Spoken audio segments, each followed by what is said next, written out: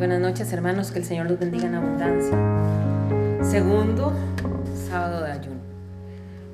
Diría Gilbert, ya nos toca menos. Bendito sea el Señor. Sabemos que Dios hace cosas lindas, aunque no las veamos. Espiritualmente suceden cosas maravillosas. Y declaramos y confesamos que va a haber liberación de muchas cosas. En nuestra familia, en la tierra que el Señor nos llama a llevar el Evangelio, y en nosotros mismos, hermanos. Porque también nosotros, hermanos, necesitamos que el Señor arranque cosas que están ahí. Empezamos el mes de septiembre con el Salmo 144. Y el verso lema para este mes es el verso 15. Leámoslos todos, por favor. Bienaventurado el pueblo que tiene esto. Bienaventurado el pueblo cuyo Dios es Jehová. ¿Quién es bienaventurado? El pueblo cuyo Dios es Jehová. Y que siga así Costa Rica, hermanos. Que siga así Costa Rica, temerosa de Dios. Eso se ha ido quitando de esta nación. Una nación que había estado protegida y guardada por la mano del Señor. Vemos cómo le está dando la espalda. Poco a poco, pero ya ha sido mucho lo que se ha metido el demonio en esta tierra. Por eso nosotros como cristianos tenemos que orar y clamar por ella. Bueno, hermanos, el tema que yo les traigo para hoy le puse como título: cortemos ataduras antiguas. Cortemos ataduras antiguas. La Biblia dice que solo hay un mediador entre Dios y los hombres, y es Jesucristo. Entonces no hay otro camino. El camino que nos lleva al Padre es Jesús, no hay otro más. Y entonces, bendito sea el Señor, nosotros un día llegamos a ese camino. Por la gracia de Dios, llegamos a los pies de Cristo y empezamos a caminar nuestra vida cristiana. Y sin embargo, al tiempo comenzamos a ver de qué extraño. Comenzamos a darnos cuenta que hay ciertas cosas que no están como que funcionando en nuestra vida de acuerdo a las promesas que leemos en la Escritura. Porque todas las promesas que están en la palabra de Dios son nuestras, amén. Son nuestras y son muchas, y ahí abarca todas las áreas de nuestra vida. Pero uno dice, bueno, ¿qué pasa? Y a veces, como suceden cosas en nuestra vida, nos frustra. Pero ¿por qué? Uno dice, ¿por qué? ¿Por qué si entregué mi vida a Cristo? ¿Y por qué la Escritura dice que esas promesas me pertenecen? Porque yo no las puedo ver. Porque yo no las veo. ¿O por qué yo no puedo creer más en Él? ¿Por qué si conozco de la palabra y sé quién es mi Dios, por qué me cuesta? Entonces, erróneamente, al cristiano se le ha enseñado que ya nosotros no tenemos que hacer nada más. Y hay muchos cristianos que creen que se acepta a Cristo y ya.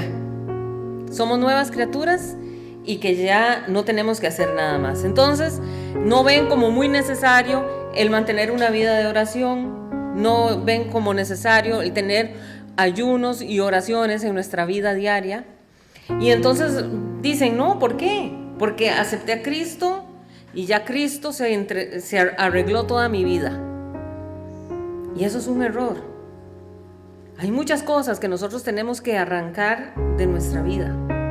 Por eso tenemos que pedirle al Espíritu Santo en oración y decirle que nos muestre el Espíritu Santo, que nos muestre qué es lo que nos ata, qué es lo que no permite que nosotros podamos avanzar en el reino. A veces uno dice, ¿por qué no puedo sentir la presencia del Señor? ¿Por qué me endurecí? Hay algo ahí que está estorbando. Y tenemos que decirle, Espíritu Santo, muéstrame qué es lo que tengo yo que arrancar. Eso es el tema de hoy.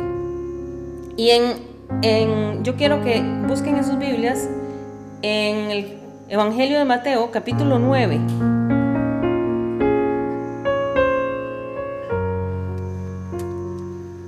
Evangelio de Mateo, capítulo 9.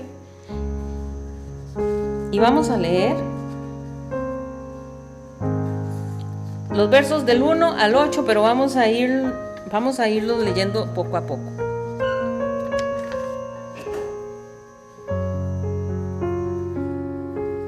¿Ya lo tienen? Dice así, versos 1 y 2. Entonces, entrando Jesús en la barca, pasó al otro lado y vino a la ciudad. Y sucedió que le trajeron un paralítico tendido sobre una cama.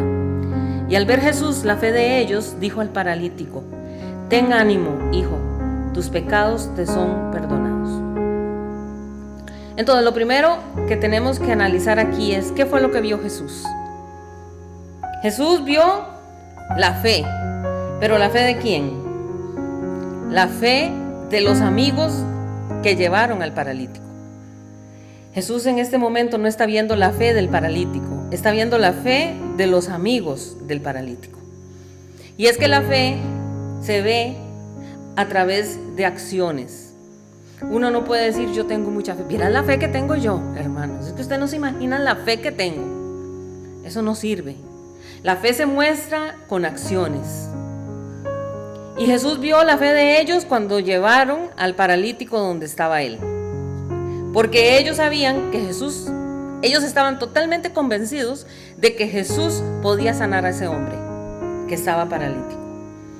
Y yo creo, hermanos, que si nosotros estamos aquí hoy, estamos por la fe. Amén.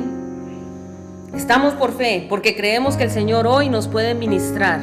Creemos que hoy el Señor puede sanarnos. Creemos que el Señor puede liberar. Amén. Y el paralítico como que estaba medio desanimado. Los amigos con una fe por las nubes. Y el paralítico un poco desanimado. Y yo digo que estaba desanimado porque vieron como le dice Jesús al final del verso 2. Ten ánimo, hijo. Suena como que estaba desanimado. Leamos el verso 3. Entonces algunos de los escribas decían dentro de sí: este blasfema. Este blasfema.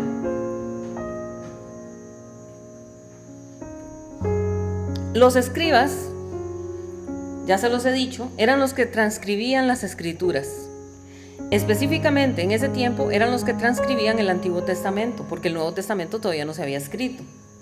O sea, estos hombres conocían la palabra letra por letra, casi que se la sabían de memoria, pero ellos no conocían el ámbito espiritual. Esta gente pasaba su tiempo transcribiendo la palabra. ¿Por qué? Porque no había imprenta. Para nosotros es una gran bendición y a veces ni siquiera lo valoramos, el poder tener una Biblia. Uno puede andar una Biblia en el bolso, otra en el carro, otra en el trabajo, otra en la casa. Es más, en cada cuarto de la casa uno puede tener una Biblia, ¿sí o no?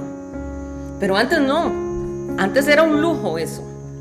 Entonces, ¿qué hacía la gente? Los que tenían más plata le pagaban a estos escribas para que le transcribiera libros. Entonces, digamos, decían: ay, yo me quiero leer el libro de Isaías. Imagínense, 66 capítulos. Yo me lo quiero leer. Entonces, como tenían dinero, podían pagarle a los escribas para que fueran y transcribieran el libro de Isaías para poder ellos llevárselo a la casa. O sea, solo la gente muy pudiente tenía porciones de la palabra de Dios. Entonces esta gente se lo sabía de memoria, pero no sabían del mover del Espíritu.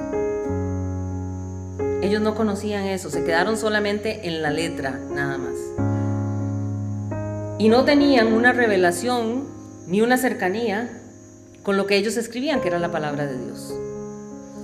Y por eso cuando Jesús le dice a este hombre: tus pecados te son perdonados, ellos pegaron el grito, ¿verdad?, en el cielo y comenzaron a murmurar: ¿cómo es posible?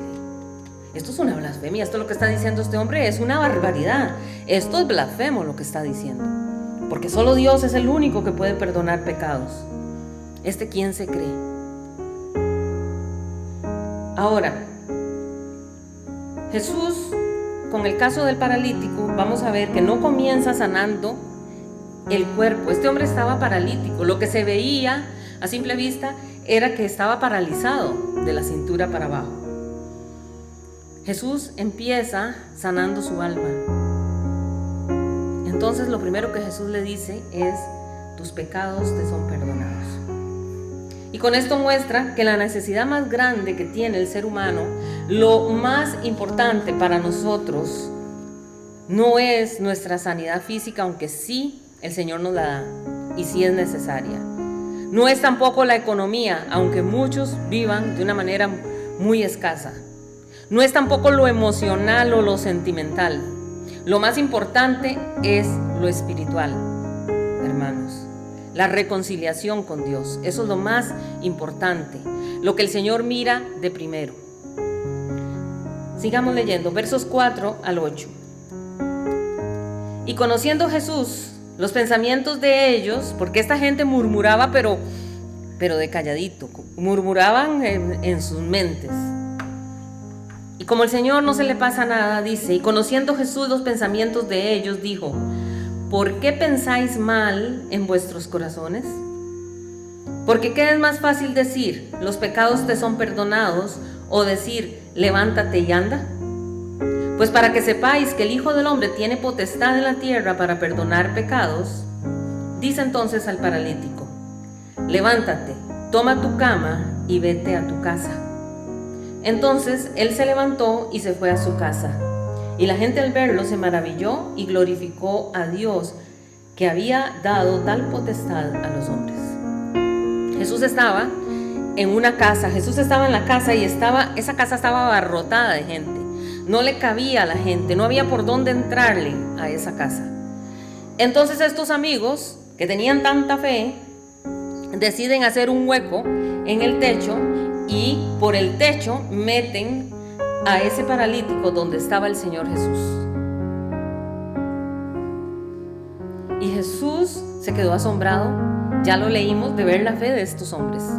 Porque ¿quién, si no es alguien con una fe, con una certeza total de que este hombre iba a recibir la sanidad, se atreve a hacer eso?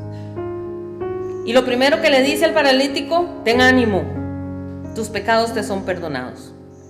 O sea, el Señor primero arregla el pecado y después arregla el cuerpo, trae la sanidad. Así que hay que arreglar ciertas cosas. Al igual como este paralítico, nosotros también tenemos que arreglar ciertas cosas antes de que el Señor se glorifique en nosotros, hermanos. Antes de que Dios se manifieste con poder en nosotros, nosotros tenemos que arreglar ciertas cosas. Porque recordemos que él era un paralítico. Sus piernas no le funcionaban, él no podía caminar, de hecho ni siquiera se podía sostener, porque dice que lo llevaban en una cama. Había algo que estaba secando a ese hombre, que se manifestaba en lo natural, pero al Señor decirle: tus pecados te son perdonados, estamos viendo que eso, el problema radicaba en lo espiritual, y en lo espiritual estaba afectando lo físico. Son cosas interesantes, ¿verdad? Cosas que uno a veces pasa por alto, se le olvida cuando hay una situación en la que estamos viviendo media fea. Pero en Romanos 15:26, con respecto también a las necesidades de las personas, como les decía yo, a veces hay gente que dice: ¿por qué no puedo salir adelante? Yo le sirvo al Señor, yo trabajo, me mato trabajando y aún así no puedo salir de este problema económico que tengo. Y en Romanos 15:26, nosotros ahí podemos leer que se nos habla de santos pobres en Jerusalén. Eran santos, eran hijos de Dios, pero eran pobres y vivían en Jerusalén. Pero esta gente era pobre. Bueno, si usted lee Romanos 15, usted se va a dar cuenta que ellos eran pobres porque ellos estaban sufriendo una gran persecución. Entonces a veces el cristiano no puede avanzar en el ministerio, y en el caso de este hombre tenía que ver con sus piernas. Él tampoco podía avanzar, no podía moverse, él estaba estático, estaba quieto. Si no lo movían, no se movía. Por eso tenemos que pedirle nosotros, hermanos, revelación al Señor de qué es. Si usted ha sentido que usted está como estancada, como estancado, si usted siente que usted no puede, hay como una barrera que no le permite sentir la presencia de Dios, si si usted ve como que hay algo que está mal, que no termina de acomodarse conforme a las promesas de Dios en su vida, en su casa, en su trabajo, tenemos que pedirle al Espíritu Santo que nos dé revelación de qué es lo que está atando nuestra vida. Porque cuando el Señor Jesús resucitó a Lázaro, después de 4 días de estar muerto, Jesús da la palabra a Lázaro, sal fuera. Lázaro salió, pero ¿cómo salió? Salió atado, con los lienzos que lo habían envuelto. Él no se podía mover. Por eso Jesús le dice a los discípulos, desátenlo.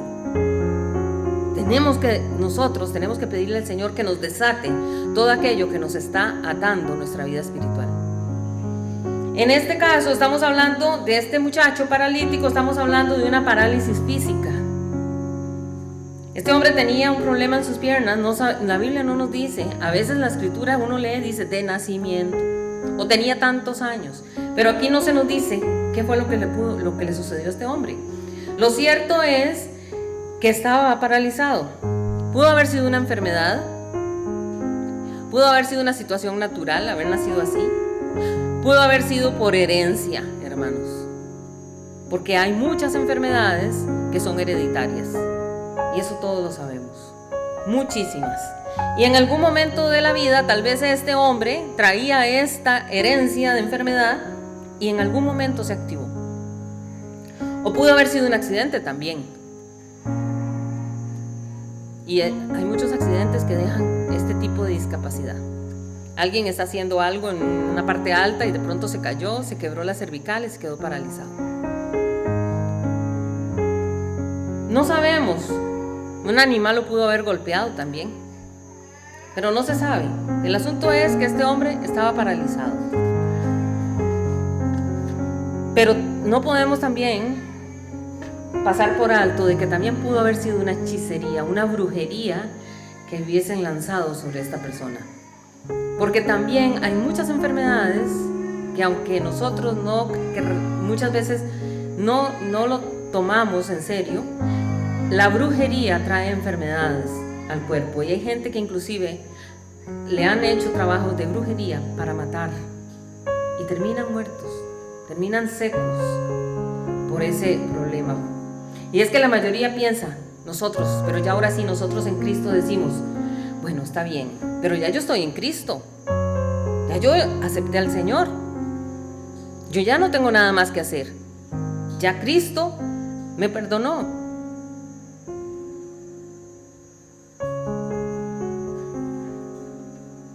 Y entonces, dígame una cosa, porque si hemos aceptado a Cristo, tal vez usted no, pero si la persona ha aceptado a Cristo, ¿por qué a veces en la vida de los cristianos suceden cosas? Pasan cosas que se repiten y uno dice, hay algo ahí, ¿qué es lo que está pasando? Por ejemplo, hay enfermedades que se repiten por generaciones y aunque seamos cristianos se manifiesta esa enfermedad. Hay aflicciones que se van pasando y se van repitiendo en miembros de la familia. Y es que hay pecados no solucionados. Porque resulta que el día que nosotros recibimos a Jesús como nuestro Señor y Salvador, le pedimos perdón al Señor por nuestros pecados, el Señor nos perdona, nos lava con su sangre. Entonces la sangre de Jesucristo viene sobre nosotros y nos limpia. Dice la Escritura, nos deja blancos como la nieve. Y ese perdón que le hemos pedido al Señor es por la transgresión. Entonces, el Señor me perdona, pero hay una serie de cosas que necesito ir arreglando conforme voy avanzando en mi vida de fe. Amén. Yo no puedo pretender quedarme solo con el día que acepté a Cristo. Yo, conforme voy avanzando en mi fe, yo tengo que ir ordenando mi vida con ciertas cosas que van quedando ahí. Hay cosas que tenemos que arreglar, porque el pecado del pasado puede haberse quedado ahí encajadito en nuestro ser y tal vez pasó un tiempo dormido. Entonces, ahí quedó en nosotros una tendencia a hacer eso de nuevo. Y cuando se hace de nuevo, caemos en ese error otra vez, en el pecado del ayer, el enemigo llega y vuelve de nuevo. ¿Qué dijo Jesús?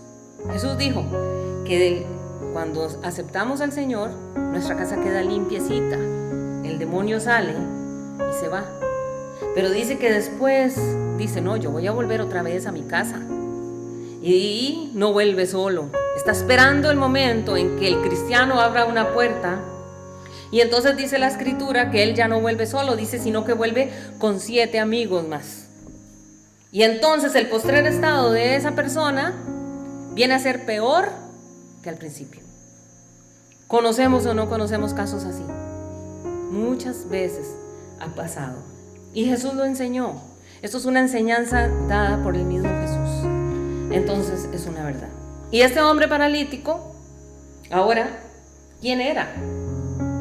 Este hombre paralítico era un hijo de Israel, era un hebreo, era un hombre del pueblo de Dios, uno que desde los 5 añitos fue enseñado en la palabra.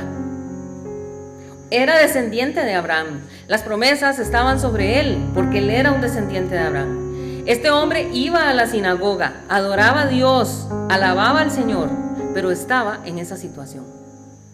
Y Jesús fue enviado, el mismo Señor dijo que él había sido enviado a las ovejas perdidas de la casa de Israel. Y entonces el Señor andaba ministrando todos los días y todo el tiempo que el Señor Jesús ministraba, siempre, léalo para que vea, siempre sucedían liberaciones. Dice, y sanó a muchos enfermos y liberó a muchos endemoniados. Echaba fuera demonios. ¿Y de quién echaba fuera esos demonios? ¿Dónde estaban metidos esos demonios? En hebreos, en israelitas, en los mismos que estaban en el mismo pueblo de Dios, aquellos que habían sido llamados a recibir las promesas. Los demonios entonces se manifestaban en los hebreos, en gente que leía la Torá, en gente que iba a la sinagoga, en gente que cantaba himnos al Señor, como lo hacemos nosotros. Y en el versículo 2 leíamos que Jesús le dice, ten ánimo, hijo, porque él estaba desanimado. Y aún estando desanimado, tal vez con una fe, ay, ¿para qué me van a hacer eso? ¿Cómo me van a trepar el techo? ¿Me van a matar? Probablemente todo eso pasaba por la mente de este hombre. Y aún así Jesús no lo rechazó, sino que le dice, ten ánimo, hijo. Le dice hijo. Un hombre que tenía la autoestima por el suelo. Además le dice, tus pecados te son perdonados. En pocas palabras, el Señor le dice, esos pecados que están en usted lo están desanimando. Por eso antes de que Jesús lo sane, le dice, no, antes voy a arreglar primero el asunto del pecado. Y le dice, tus pecados te son perdonados. Porque eso es lo que hace nuestro Señor Jesucristo. Él le dice a este hombre, levántate y vete a tu casa. Ahora, usted sabe lo que es para este hombre poder levantarse con sus piernas totalmente sanas, unas piernas que estaban débiles, que no tenían fuerza para sostenerlo, de pronto con la fuerza como unas piernas normales. Yo me imagino que este hombre no solo se levantó y caminó, este hombre seguro brincaba, seguro corría por todo lado. Imagínense estar uno postrado quién sabe cuánto tiempo y de pronto verse uno que puede caminar, ¿verdad que sí?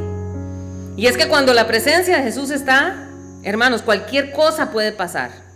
Hay cosas que hoy están atadas, pero el Señor las puede liberar. Amén. Él los va a liberar. Porque esas ataduras o esas cosas que están pendientes se arreglan. Eso que ha venido afectando el caminar espiritual suyo o el de algún miembro de su familia, eso se arregla en el nombre de Jesús.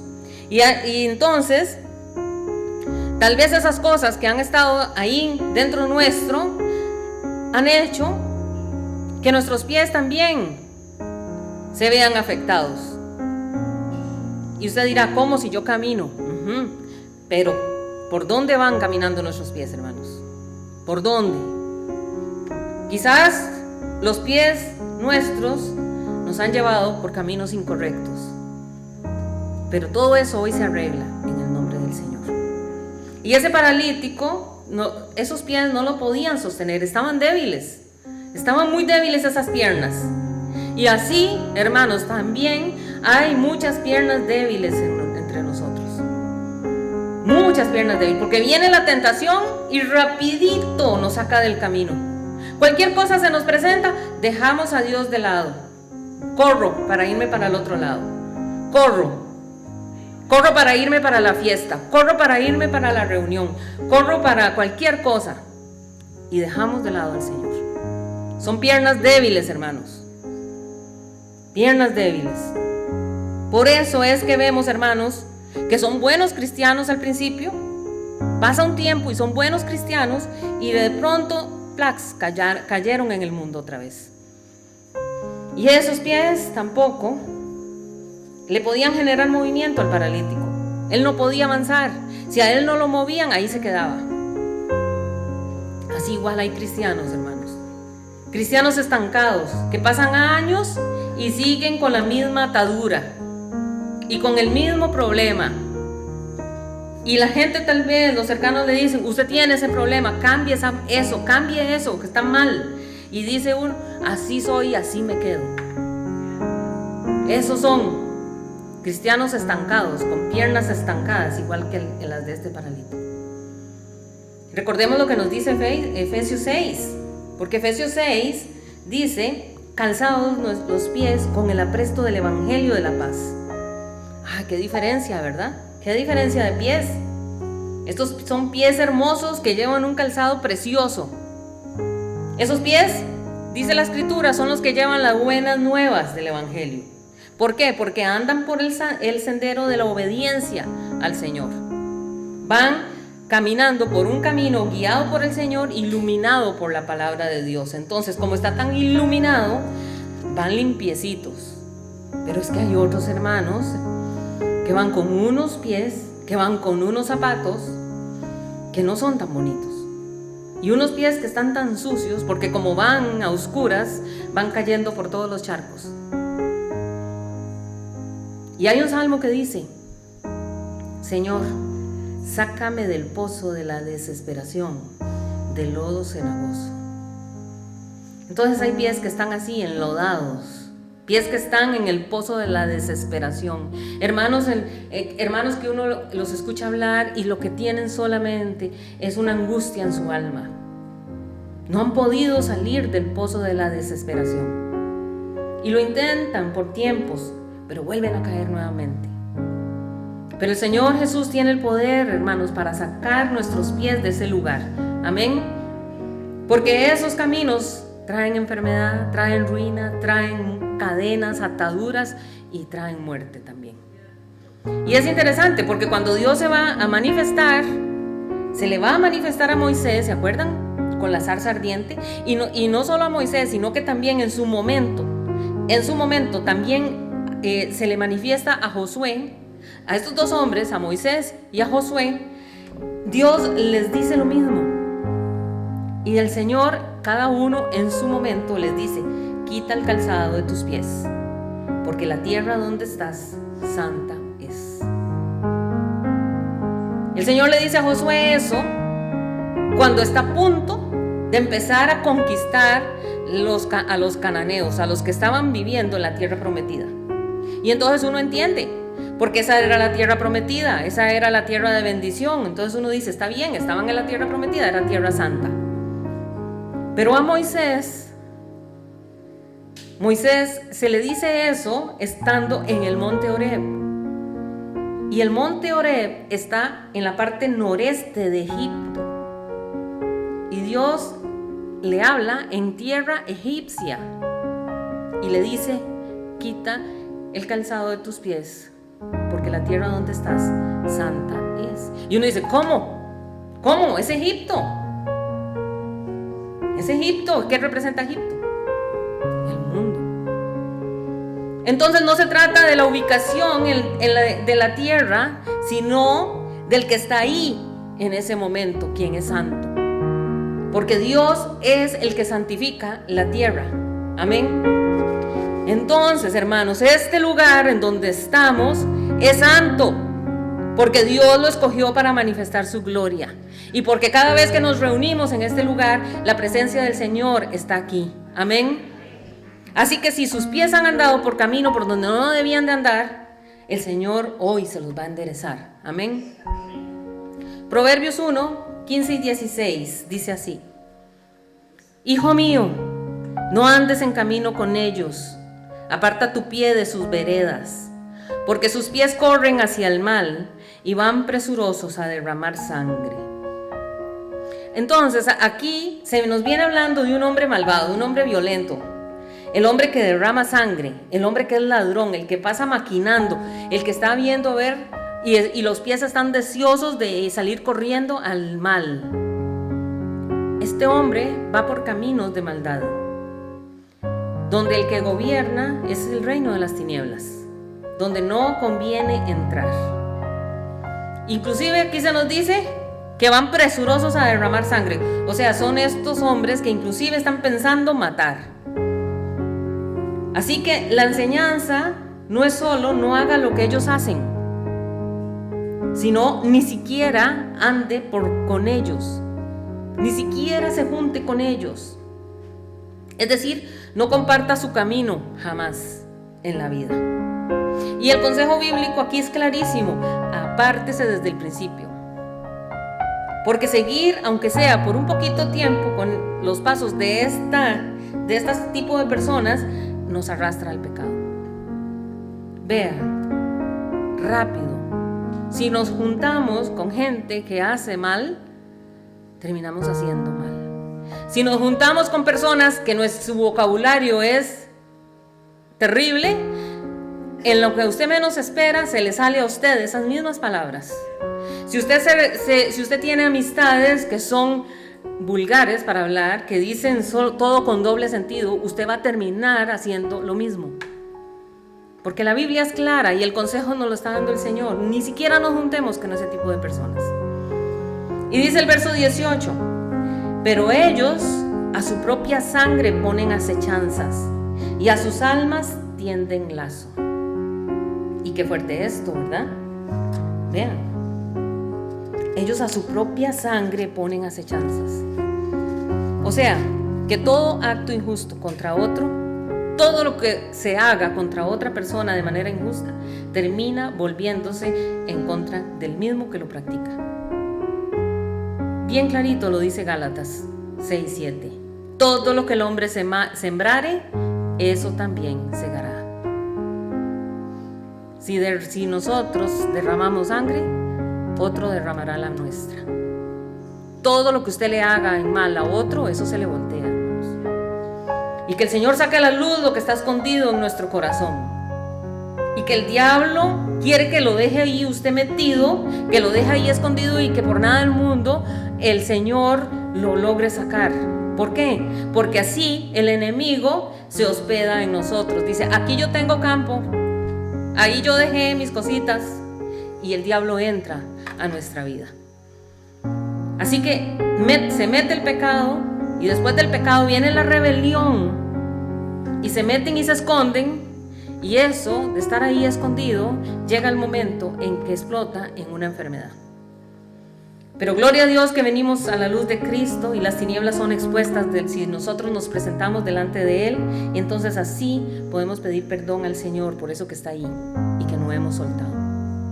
Porque cuando le pedimos perdón al Señor, el enemigo pierde la autoridad y se tiene que ir en el nombre de Jesús. Amén. Y vean la parte final del verso 18, dice, y a sus almas tienden lazo. ¿Qué nos está diciendo aquí? Que hay almas atadas. ¿Por qué? Porque estas almas están atadas porque anduvieron por caminos de maldad, porque siguieron los pasos del que hacía el mal.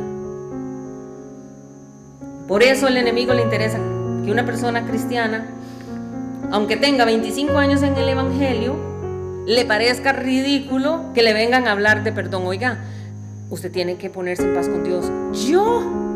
Si yo ya llevo 30 años en el Evangelio, ¿cómo usted me viene a decir eso? Eso es la estrategia del diablo. ¿Por qué yo? Yo no, yo ya soy casi, me salen alas. No lo acepto. Y esa es la estrategia del diablo para con nosotros los cristianos.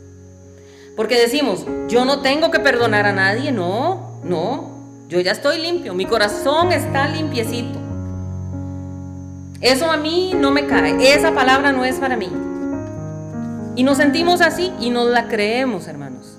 Nos la creemos.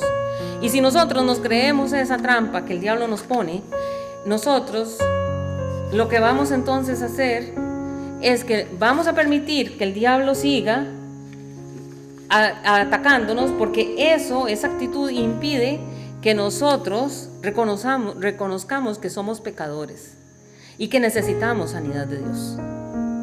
Proverbios 5, 3 al 5 dice: porque los labios de la mujer extraña destilan miel, y su paladar es más blando que el aceite, mas su fin es amargo como el ajenjo, agudo como espada de dos filos. Sus pies descienden a la muerte, sus pasos conducen al Seol. ¿Por qué les traje este texto? Porque es que a veces la tentación viene disfrazada de mujer, o de hombre, sobre todo en los matrimonios. Como que se organiza, ¿verdad?, el escenario. Entonces el enemigo se aprovecha para llevar los pies de estas personas a la muerte. Tiende la trampa con una mujer, tiende la trampa con un hombre, y hace que sus pies, se dice, sus pies descienden a la muerte y sus pasos conducen al Seol. Entonces el Señor aquí nos está diciendo: cuidado, que sus pies no anden hacia el Seol, que sus pies no vayan hacia la muerte. Y ese camino va dejando huellas, ¿usted sabía? Ese caminar va dejando una huella que va hacia el Seol, porque dice: no sigan sus pasos. Pero la Biblia nos dice que Jesús nos dio un ejemplo para que sigamos sus pisadas, y nosotros las pisadas que debemos de seguir son las de Cristo, hermanos. Pero a veces no solamente nuestros pies físicos son los que se van corriendo detrás del pecado, detrás de la tentación. A veces hay caminos diferentes que no lo hacemos con los pies. A veces la tentación viene por la internet. Hay amistades en internet que son peligrosas, y ese camino también nos lleva a la muerte, hermanos. Ahora vea lo que dice el libro de Job, capítulo 13, versículo 26. Dice así: ¿por qué escribes contra mí amarguras y me haces cargo de los pecados de mi juventud? Pones además mis pies en el cepo y observas todos mis caminos, trazando un límite para las plantas de mis pies. Y mi cuerpo se va gastando como de carcoma, como vestido que roe la polilla. Entonces, hay pies que pueden estar atados por los pecados de la juventud, como dice este texto. ¿Lo leyeron? Voy a leérselo de nuevo. ¿Por qué escribes contra mí amarguras y me haces cargo de los pecados de mi juventud? O sea, pueden haber pecados súper viejos en nosotros que nosotros no nos hemos dado cuenta, que no le hemos entregado al Señor. Y a veces son las manos también las que se atan. Y las manos tienen que ver con el trabajo. Entonces hay personas que trabajan mucho, pero no ven fruto. Y son buenos hermanos, son buenos cristianos. Pero ¿qué es lo que está pasando? Y dice aquí: pusiste mis pies en el cepo. Y ve el resultado. Observas todos mis caminos y mi cuerpo se va gastando como de carcoma. La palabra carcoma generalmente en la Biblia está relacionada con huesos, con el sistema óseo. Entonces aquí habla de enfermedades en el sistema óseo. Y yo puedo decir que hay pecados de la juventud que no han sido arreglados con Dios y que eso puede ser que esté generando en nosotros enfermedades en los huesos. Ahora, no todas las enfermedades de los huesos son por culpa de pecados de la juventud. Eso ya ustedes lo tienen claro. Pero aquí la Escritura nos está poniendo un ejemplo, ¿verdad? Pecados que no se han arreglado comienzan a afectar nuestro cuerpo, comienzan a afectar nuestras finanzas. Pero si la Escritura nos está diciendo que hay enfermedades en el cuerpo que han surgido porque hay cosas que no se han arreglado, entonces nosotros tenemos que prestarle atención. Porque resulta que yo vengo al Señor un día, le entrego mi vida, le pido perdón y Cristo llega a mi corazón. Pero ese cristiano, en el cristiano puede haber una tendencia a practicar el pecado de los antepasados y de pronto se activa. Y uno dice, ¿no que ya es nueva criatura? Sí, en Cristo soy nueva criatura. Pasamos a ser hijos de Dios, pero debemos de vivir después de eso el periodo que se conoce como santificación. ¿Qué es santificación? Es cuando usted gradualmente va entregando áreas de su vida pasada, especialmente aquellas en las que conocemos como nuestras áreas débiles, donde el diablo nos ataca, se las vamos entregando al Señor, vamos sacándola a la luz, pidiéndole perdón a Jesús por esos pecados y pidiéndole al Señor fortaleza en esas áreas. Este proceso de santificación debe de ser constante en nuestra vida. No es que lo hacemos por un tiempo y ya después ya somos santificados.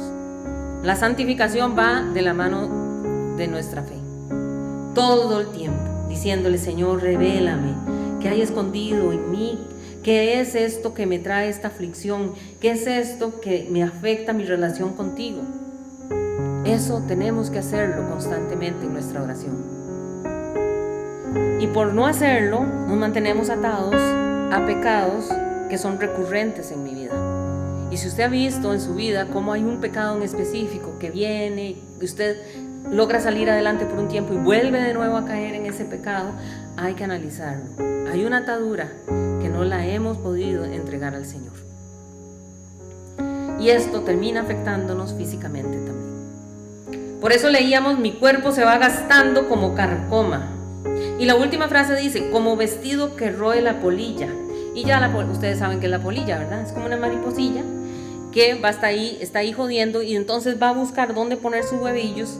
Y generalmente le encanta ponerlo en la ropa. Y en los libros también. Pero en la ropa lo hace mucho. Entonces pone esos huevillos en esa ropa y entonces, conforme va pasando los días, la larva sale, el animalillo sale, pero necesita hacerse un capullo. Y entonces, obviamente, el material que va a usar para hacer su capullo es el vestido. Y entonces, al hacer el capullo, esta mariposilla va a comenzar este bichillo va a comenzar a roer la tela, dice la palabra. Empieza a jalar tela para hacerse su capullito. Pero no es solo uno, que son muchas polillas. Y entonces comienza a dañar el vestido. Y el vestido es figura de nuestra cobertura. Entonces comienza como que con un poquito, pero luego la persona cada vez está más descubierta. Imagínense su cobertura espiritual, que se le empiecen a hacer huequitos. ¿Qué pasa? Comenzamos a ser vulnerables al ataque del diablo. Nada de lo que hay en la Escritura es para adorno. Todo nos deja una enseñanza espiritual. Y como está débil, como el cristiano está débil, porque está atacando sus huesos, está frágil, porque ya no tiene la suficiente cobertura, el hermano cae. Y leemos aquí, dice, pone los pies en el cepo. Entonces no solo cae, sino que al caer quedan sus pies en cepo. ¿Y qué es el cepo?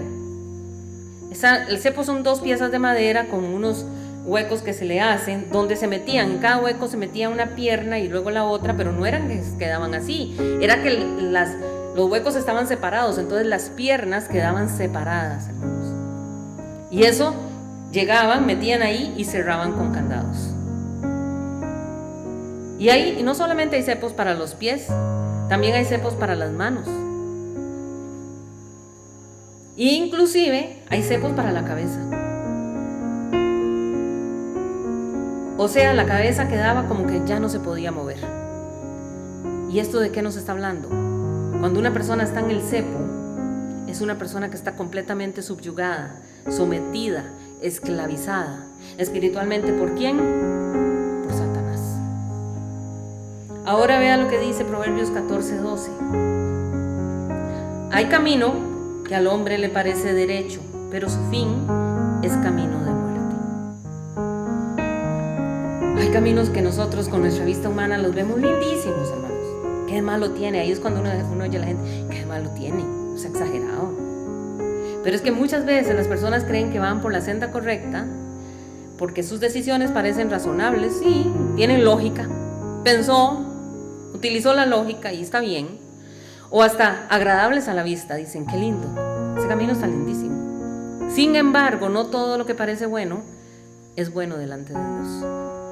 Y lo que parece correcto puede estar completamente apartado de la verdad de Dios. Y ahí es donde usted escucha gente decir, yo tengo derecho a ser feliz. Dejé el esposo, pero es que yo tengo derecho a ser feliz. Es que ese no me traía flores ni me traía chocolates. ¿Usted no ha escuchado eso? Cantan la canción, ¿verdad? De José Luis Perales. Ay, es que yo me merezco esto. Es que yo pienso, es que no. Y hay gente que dice, es que yo voy a pensar primero en mí. ¿Usted no ha escuchado a la gente que le dice así? Voy a pensar, de ahora en adelante voy a pensar solo en mí y nada más. Y empieza la persona a abrir su caminar y empezar a caminar por un camino que no está aprobado delante de Dios. Entonces puede decir, sí, esta mujer nueva que se encontró, esta sí lo chinea. Pero ¿es el camino que Dios lo había trazado? ¿Y dónde quedó el pacto? Ese es el problema. Empiezan a andar por sus caminos y no es el camino de Dios. Y al inicio no se ve malo, pero luego viene la paga. Y el diablo cobra, hermanos. El diablo cobra. Tarda, porque quiere engañarlo, engatusarlo. Y no solo a usted, sino a todos los demás. Oiga, le fue bien. Ella dijo que tenía derecho a ser feliz y viera qué bien vive. Y así empieza a engañar a los demás. Por ejemplo, voy a ponerles un ejemplo.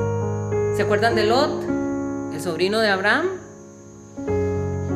Cuando esta gente comenzó a hacerse muy rica porque tenía muchísimo ganado, muchísimas ovejas, muchísimos pastores, entonces Abraham se le acerca a Lot y le dice, mira, ya nosotros no podemos seguir juntos en esta tierra, porque resulta que los pastores de Lot se peleaban con los pastores de Abraham y aquello era un desastre porque quién llegaba primero a darle agua a las ovejas y aquello era así, una cosa terrible, ¿verdad?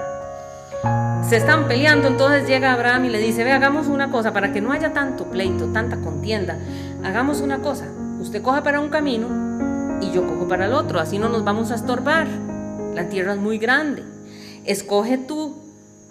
Le da la oportunidad al otro y le dice, escoja usted primero, ahí está todo, vea, ahora ¿para dónde quiere coger? Si usted coge hacia la derecha, entonces yo voy a coger a la izquierda, y si usted coge hacia la izquierda, yo cojo hacia la derecha, para que ninguno de los dos nos estorbemos. Ahora, Abraham no se puso a escoger el primero. ¿Por qué? ¿No se ha puesto a pensar eso? ¿Por qué Abraham no le dijo, vea, yo voy a coger para la izquierda, váyase usted para la derecha? ¿Sabe por qué Abraham no lo hizo? Porque Abraham sabía que la bendición de Dios estaba sobre él donde quiera que él estuviera. Eso es lo que piensa el verdadero siervo de Dios. Es que es el Señor, de Dios es que viene mi bendición. Amén. Entonces, cuando usted está seguro de que Dios está con usted, no importa el escenario donde a usted le toque estar, sino que la presencia de Dios esté con usted. Eso es lo realmente importante y eso es lo que hace la diferencia. Entonces Lot dice, bueno, está bien, se queda viendo y dice, uy, esa está muy verdita, qué linda está. Y entonces le dice, yo me voy por aquí. Entonces, digamos que dijo, yo me voy para este lado. Entonces dijo Abraham, bueno, está bien, entonces yo cojo para acá. Pero resulta que viene Lot y escoge y decide irse a Sodoma y Gomorra. ¿Ese era camino recto? ¿Cómo decidió irse para ahí? No le pidió dirección al Señor. Se fue a vivir a Sodoma y Gomorra. Y no solamente él iba solo, hermanos. Ahí se llevó a sus hijas para que sus hijas crecieran en ese lugar. Imagínense. Entonces hay caminos que a usted le pueden parecer bonitos. Porque la escritura dice que las tierras de Sodoma eran muy lindas. Eran unos lugares verdecitos de los más lindos. Pero ese no era el camino que Dios había establecido. Entonces usted tiene que andar por el camino en el que Dios quiere a usted tenerlo. Otro ejemplo, el rey Manasés. Manasés fue un rey de Judá. Manasés era hijo de uno de los mejores reyes que tuvo Judá. Manasés fue educado en la ley de Dios. Manasés creció viendo el testimonio de su papá, diciendo cómo el Señor me ha permitido hacer esto, aquello, porque fue una cosa maravillosa lo que vivió. Y a pesar de que vio todo eso, viendo el respaldo de Dios, a pesar de todo eso, cuando le toca a él reinar, cuando muere su papá, dice la Biblia que cuando él se hizo rey, lo primero que hizo fue adorar a los Baales y a Acera. Y puso un altar de acera en la casa de Jehová. Pasó a sus hijos por el fuego. Era un hombre que invocaba a los muertos, que consultaba la astrología, le encantaba las ciencias ocultas, la brujería, todo eso le encantaba. Y la Biblia dice que entonces Dios permitió que viniera sobre él el imperio de Babilonia, porque Babilonia tenía poder sobre él. ¿Sabe por qué? Porque él practicaba las artes de Babilonia. Él comenzó a juguetear con las creencias babilónicas de brujería, las prácticas de pasar a los hijos por el fuego, todo eso lo comenzó a hacer de Babilonia. Entonces Dios dijo, ¿quiere Babilonia? Pues Babilonia va a venir por usted. Entonces el pecado que nosotros no arreglemos, hermanos, le da total autoridad al enemigo el día de mañana a atacarnos a usted. Hay maldiciones sobre familias, recuerden, que hay, dice, maldiciones sobre la primera, segunda, tercera y hasta la cuarta generación. La maldición se mueve en 4 generaciones. Y en este caso vino Babilonia. ¿Y saben qué hicieron con Manasés? Le pusieron cadenas, le pusieron grillos y se lo llevaron para Babilonia. Así que tenemos nosotros que dejar que el Espíritu Santo nos enseñe qué son los pecados con los cuales todavía estamos lidiando. Esos pecados que tal vez vienen desde la primera, segunda, tercera generación nuestra. Y la Biblia dice en Hebreos, haced sendas derechas para vuestros pies. Así que hoy yo creo, hermanos, que la mano de Dios está trabajando en nosotros para poder nosotros enderezar el camino y transformar nuestro andar en el Señor como a Él le agrada. Porque nos guste o no nos guste aceptarlo, tenemos muchísimas cosas todavía en nosotros que no son agradables a Dios. Amén. ¿Lo reconoce usted? Y la Biblia dice que este hombre al final se arrepintió, Manasés se arrepintió, se humilló grandemente en la presencia de Dios y dice el Señor lo perdonó y lo restauró en su reino. Es que ese es el Dios nuestro, hermanos. Él vuelve al reino, pero tristemente, porque todo lo que hacemos trae consecuencias, tristemente una gran parte del pueblo de Israel todavía seguía subiendo a los lugares altos a adorar a los Baales. Oigan, subían a los y adoraban a los Baales, pero también se iban para el templo de Dios, de Jehová de los ejércitos, a adorar al Señor, al Dios vivo. Entonces, hay mucho pueblo de Dios que todavía está haciendo eso. Estamos como entre 2 aguas, ¿verdad? Un pie en el mundo, un pie en el cielo. Pero podemos arrepentirnos, volver a Dios, porque el Señor es misericordioso. Tenemos que entregar esos asuntos que todavía no hemos solucionado. Esas cosas tenemos que entregárselas a Dios. Entonces, según la Escritura, como podemos, para resumir, sí es posible que un cristiano tenga pecados ocultos, no confesados, escondidos ahí en el corazón, que tal vez ni siquiera nosotros sabemos que están, porque tal vez sucedieron, como acabamos de leer, en nuestra juventud y que no hemos pedido perdón. Y que estos se convierten en un obstáculo, hermanos, para experimentar plenamente las bendiciones de Dios. Vean algunos ejemplos que les traigo rápidamente. En el Salmo 66, 18 dice: si en mi corazón hubiese yo mirado la iniquidad, el Señor no me habría escuchado. Si hay iniquidad todavía en nuestro corazón, el Señor no puede escuchar nuestro clamor, nuestra oración, no puede respondernos. Bloquea el pecado, la oración que le hacemos al Señor. Josué 7, 10 al 12 nos habla, ¿se acuerdan del pecado de Acán? ¿Se acuerdan ustedes? El del manto babilónico que se robó y un lingote de oro y lo escondió.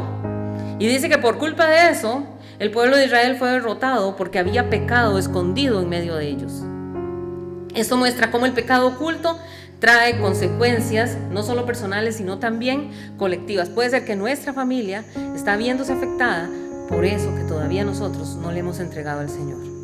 Proverbios 28:13: el que encubre sus pecados no prosperará, mas el que los confiesa y se aparta alcanzará misericordia.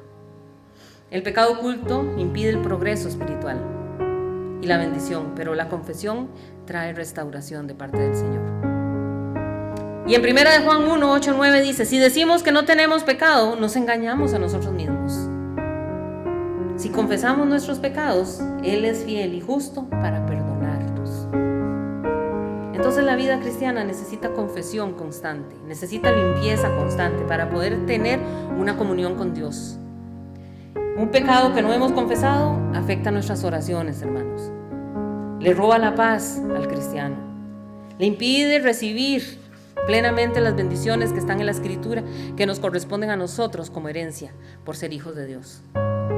Pero la buena noticia es que Dios siempre abre la puerta al perdón y la restauración. Cuando el creyente confiesa sinceramente y se aparta del pecado, restauración viene. Amén. Por eso es importante orar, permitirle al Espíritu Santo que nos muestre qué hay dentro nuestro, que tenemos que pedir perdón por eso y que tal vez por años ha estado escondido y ahí está estorbándonos en nuestra vida de fe. Ahora, Dios perdonó y sanó al paralítico. Dios también perdonó a Manasés y lo restauró. ¿Por qué? Porque Dios es bueno. El Señor los perdonó, los sanó, los restauró. Jesucristo es el camino, la verdad y la vida. Así que ¿por qué no oramos y le pedimos al Espíritu Santo que Él venga a nuestra vida, a nuestro corazón, y que empiece a mostrarnos cosas que quizás no habíamos visto antes, que tal vez pasó hace tanto tiempo, que ahí están escondidas y no le hemos dicho: Señor, perdóname por eso? Esas cosas que no permiten que el poder de Dios se manifieste en nuestra vida. Pidámosle al Señor que nos muestre. Porque la palabra de Dios nos promete libertad, nos promete sanidad, restauración. Así que ¿por qué no oramos, hermanos? Saludos, bendiciones. Somos Project King Studio Music, un proyecto de Dios y para Dios. Sigamos caminando hacia una eternidad con Dios.